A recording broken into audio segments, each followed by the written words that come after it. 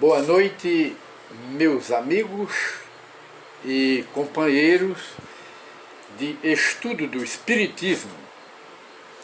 Hoje o nosso programa Encontro com a Doutrina Espírita é praticamente um prosseguimento do nosso programa anterior, em que falamos nos três aspectos do Espiritismo: ciência, filosofia e religião. Explicamos no programa anterior que o Espiritismo é ciência, mas não é uma ciência física. Não é a química, não é a geologia, a arqueologia, a antropologia, não é nada disso. E nem é a cosmologia, ciência do cosmos, e nem tampouco a astronomia, que trata dos movimentos dos astros, e nem da astrologia, que trata da influência dos astros sobre as criaturas humanas. Também não é ciência nesse sentido, mas toca, não trata com especialidade, que a especialidade do Espiritismo é tratar de doutrina espírita, como está no Livro dos Espíritos, mas toca em todos os ramos do conhecimento humano, inclusive nessas ciências que nós acabamos de citar. Mas o Espiritismo é a ciência do espírito, é a ciência da alma, que cuida, que investiga, que observa, que garimpa, pode-se dizer, os dois mundos, o mundo material e o mundo espiritual. O Espiritismo faz essa garimpagem, observando os espíritos encarnados e desencarnados, pesquisando o espírito quando está encarnado ou quando está desencarnado e tirando as suas conclusões. Essa é a ciência do Espiritismo, a ciência espírita. E, novamente, como nós explicamos, a filosofia espírita não é a filosofia dos filósofos materialistas e nem espiritualistas, é a filosofia espírita que trata da origem do homem, do presente do homem e do destino do homem. O que somos? Somos espíritos. De onde viemos? É isso aí. Para onde iremos depois da morte? Isso é a filosofia espírita. E quando se trata da religião espírita, apenas para reforço, a religião espírita não é a religião igreja, com sacerdócio organizado, com casta de pastores, não é essa daí. Não é a religião de dogmas, a religião de culto exterior, de rituais, de casamento religioso, de promessa para subir os montes, fazendo promessa aos santos. Não é essa a religião espírita. A religião espírita não é a religião de sobrenatural, de milagres, nem tampouco de crendice, de superstições, e é inimigo número 1 do misticismo. A religião espírita não é mística, não tem nada com isso, nem tem nenhuma ligação. Não é religião de batuque, não é religião de dança, não é religião da adoração de imagens em suas reuniões, seus cultos, em suas pregações. O Espiritismo não é nada disso, mas é a religião que desperta no homem o verdadeiro sentimento de adoração ao nosso Pai Celestial. Essa é a religião espírita. E pode-se dizer também, apenas para repetir, que alguém já disse que o Espiritismo é humanismo, ou seja, é uma religião, uma doutrina humanista. Por quê? Porque humanismo significa conhecimento global e também preocupação com os seres humanos, na sua parte humana do Espiritismo, de caridade, de fraternidade, de solidariedade humana. Por isso é que alguém já disse, e disse com muita sabedoria, que o Espiritismo é uma religião humanista, porque se prende a todos os ramos do conhecimento humano, explora todos os ramos do conhecimento humano, global, e também a sua preocupação é o ser humano para fazer o bem, despertar no homem um verdadeiro sentimento de caridade e, acima de tudo, transformar o homem em um anjo. Esse é o objetivo do Espiritismo, que repete o objetivo do próprio Cristo. Jesus veio ao mundo educar o homem para que o homem se transformasse de homem em anjo, mas isso mostrando que só ocorreria pelas sucessivas, múltiplas reencarnações, que é uma lei da natureza. Esse é o Espiritismo. E de maneiras que, conversando, nós escolhemos hoje conversar um pouco aqui sobre refletir, não é? Estamos tirando aqui algumas propagandas desagradáveis até, que tentam impedir o nosso trabalho, mas é preciso ter paciência.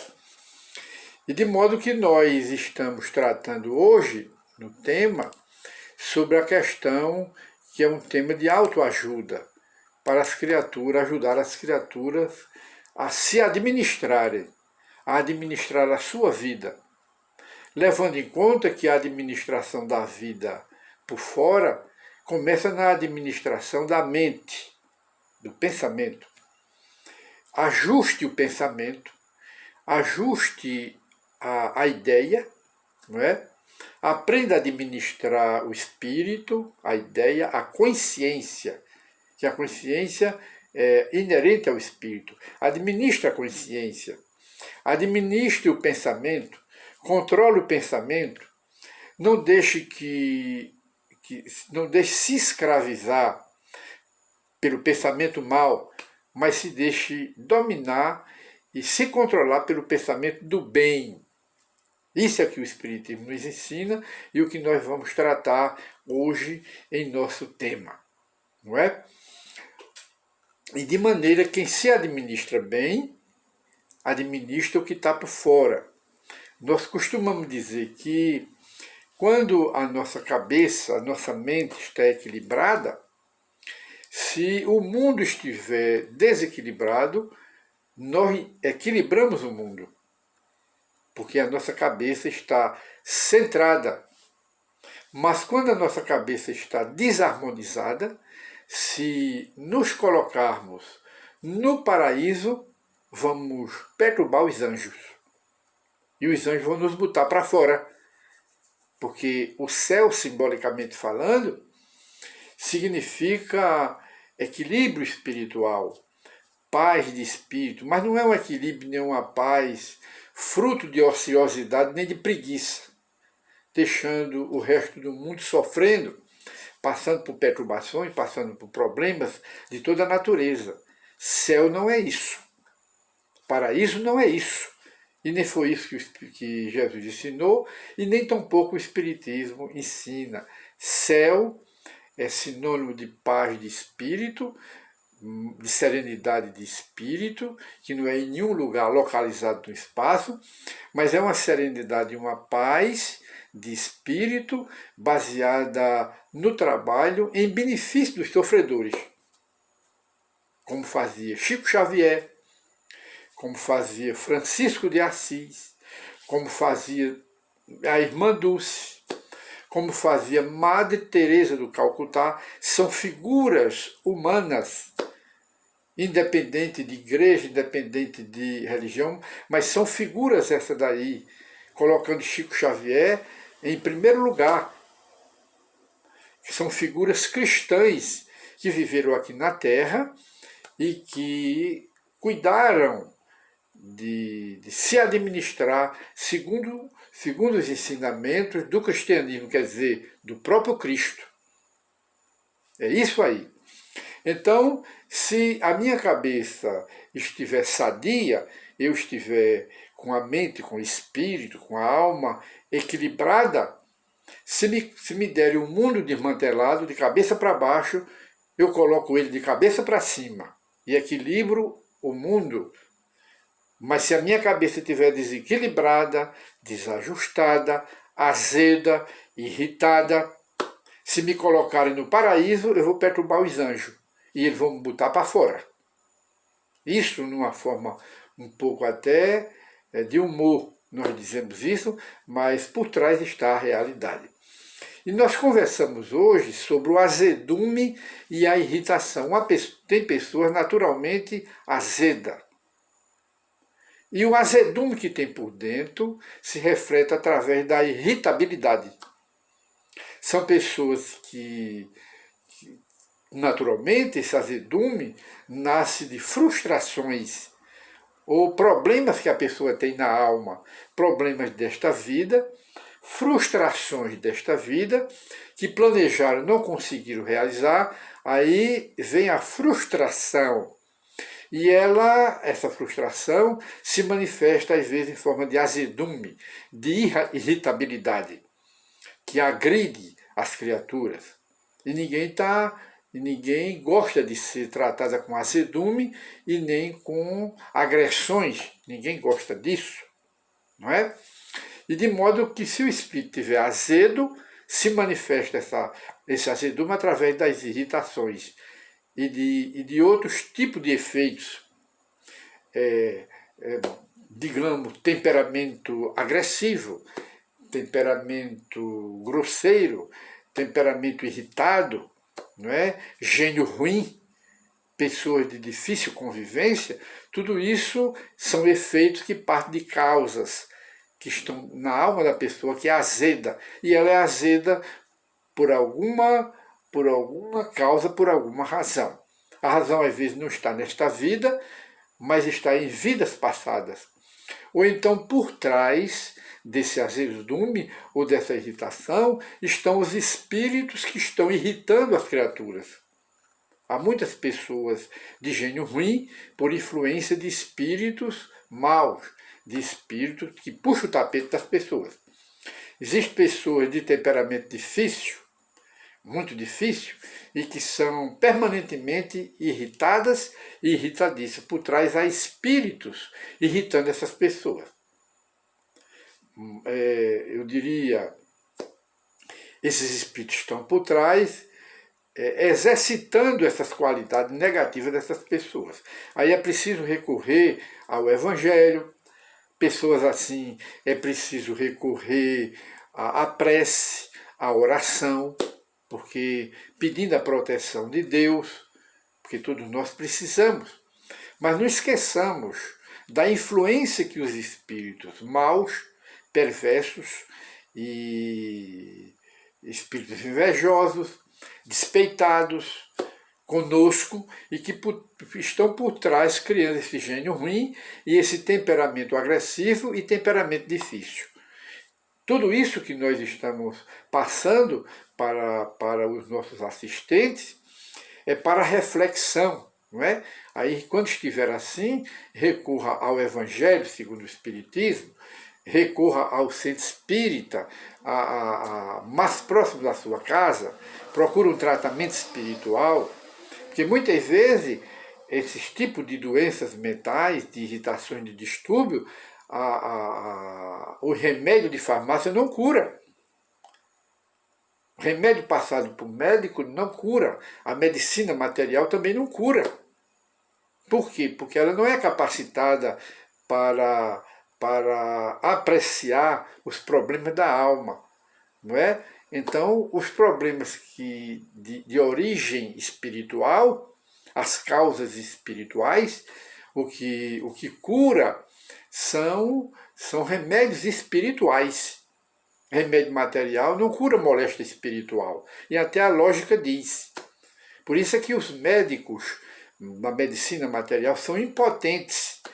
Muitas vezes eles querem, que a missão dos médicos é salvar a vida das pessoas, é curar, mas não estudaram e nem querem, têm preconceito contra o espiritismo.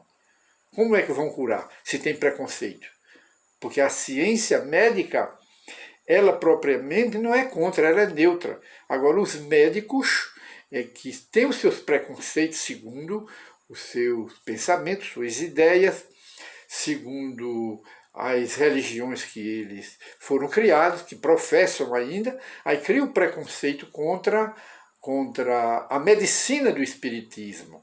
Que a medicina do espiritismo é real, ela existe, ela passa remédio espiritual. Qual é?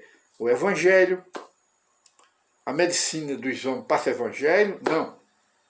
Os médicos passam evangelho? Não, a não ser que eles sejam espíritas, não é? Então eles passam remédio material para o corpo material e não para o corpo espiritual, que às vezes o corpo espiritual está doente.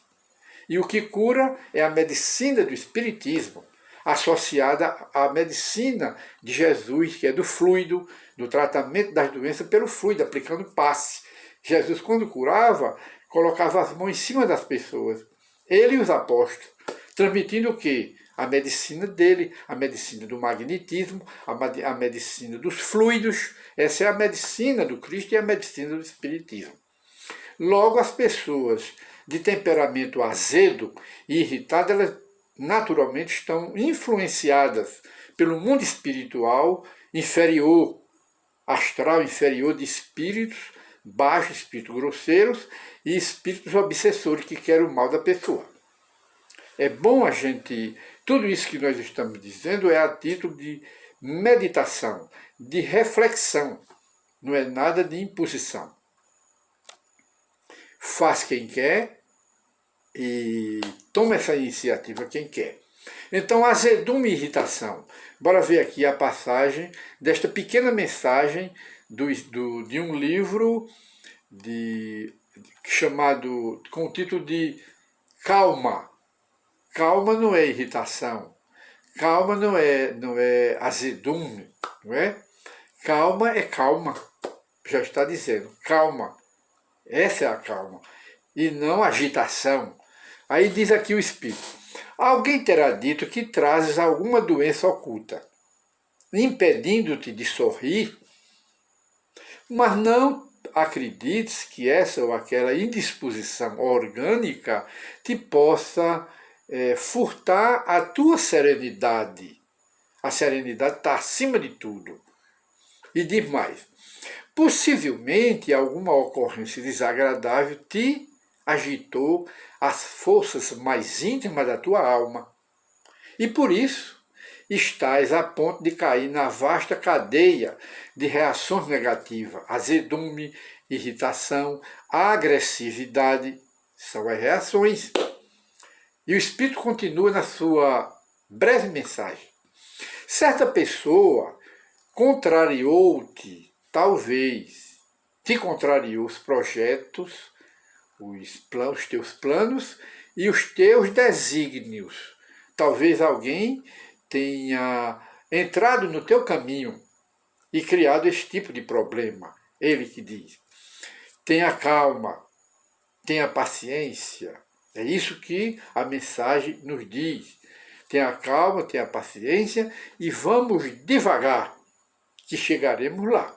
Aí ele diz, algum prejuízo moral ou material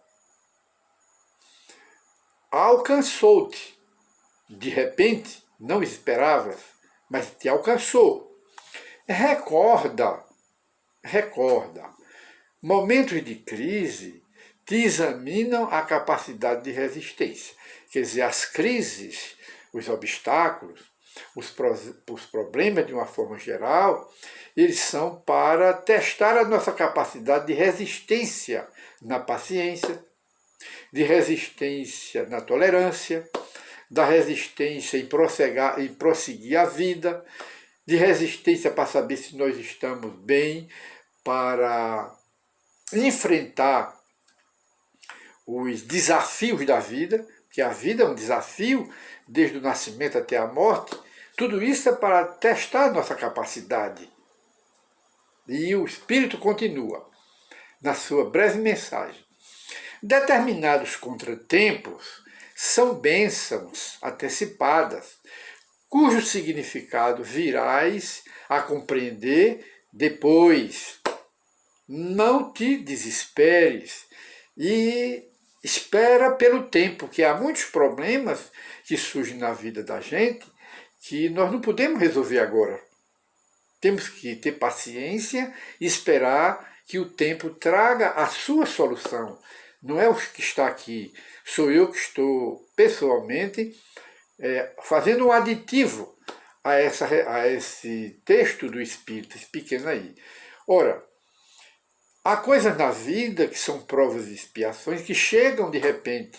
Nós, pessoalmente, que estamos fazendo esse aditivo. E quando uma coisa que nos surpreende, uma doença nos surpreende, a primeira providência é a gente aceitar. Segundo, procurar um meio de resolver o problema. Terceiro, se não encontramos uma solução para o problema, então vamos nos tornar amigo de mãos dadas do problema. E quarto, esperar pelo tempo. Porque muitos problemas, no momento a gente não resolve, mas o tempo, não há nada que o tempo não resolva. O tempo absorve tudo e devemos esperar pelo tempo. E fechando o pequeno parêntese, existem perdas que te induzem à mudança de orientação para grandes lucros aí na Terra. Algumas vezes, certas relações desaparecem da tua vida para que outras se te destaquem no caminho, valorizando-te a existência aí na Terra. Não te lamentes, não te queixes, é o que o Espírito diz aí, e não entres em desespero, porque o desespero ele cria mais problemas.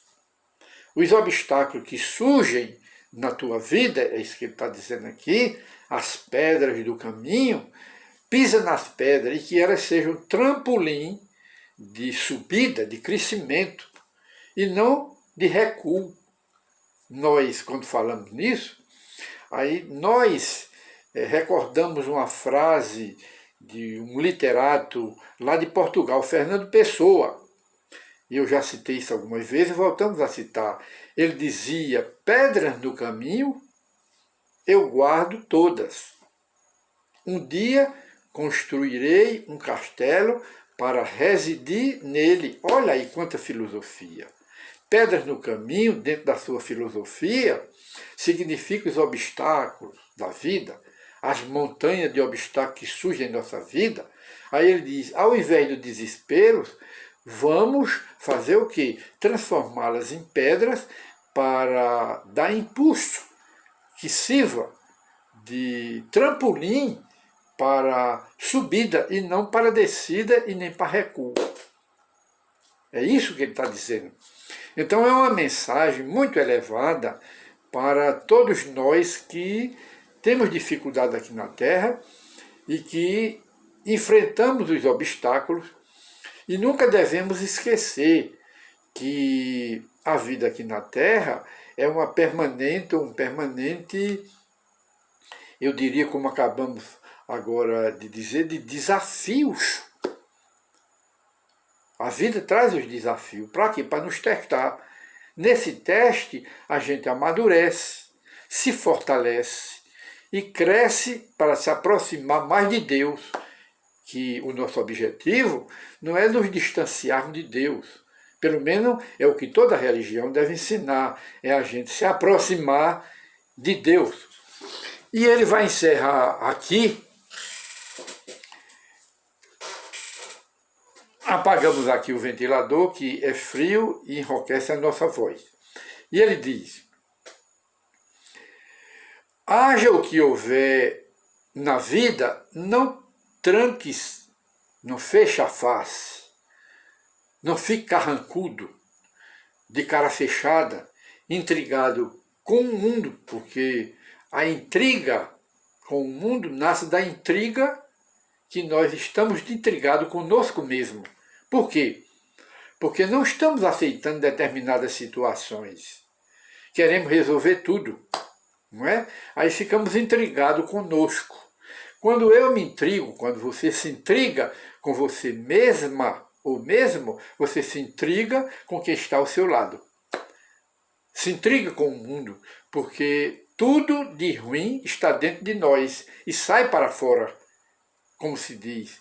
Sai para fora e vai prejudicar os outros, prejudicar quem às vezes não tem nada a ver com aquilo. E de maneira que ele diz aqui, haja o que houver, não tranques a cara, Não feches a cara e deixa que o teu sorriso te ajude, ajudando aos outros também. E ele encerra: azedume, irritação, agressividade, na essência, são sombras que te afastam do que há de melhor em tua vida. Então, a irritação só faz o mal a nós. E muitas vezes, para encerrar o nosso programa, muita gente chega a dizer que Jesus teve crises de irritação, teve momentos de ira. E outros até, dentro do fanatismo religioso, chegam a dizer que Deus é irado, que Deus, dentro da sua ira, se irou de Adão e Eva, e para se vingar de Adão e Eva, condenou toda a humanidade do futuro para receber todo tipo de doença dentro da ira de Deus, porque ele se decepcionou com Adão e Eva.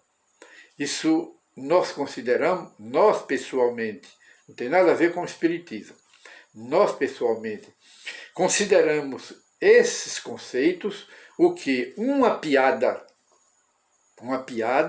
teológica de religiões dentro da sua teologia dogmática. Chama-se uma piada. Deus não é irado.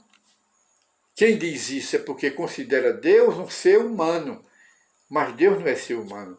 Deus é uma inteligência suprema no universo. Não é acaso, é a causa de toda a criação. Então Deus não é irado. Nunca teve ira. Jesus também não era Deus. Jesus era o Filho de Deus, que também não teve momento de ira. O que é ira? Ira é a raiva em último grau. Um espírito puro, um anjo como Jesus aqui na Terra, não podia ter ira. Então é comparar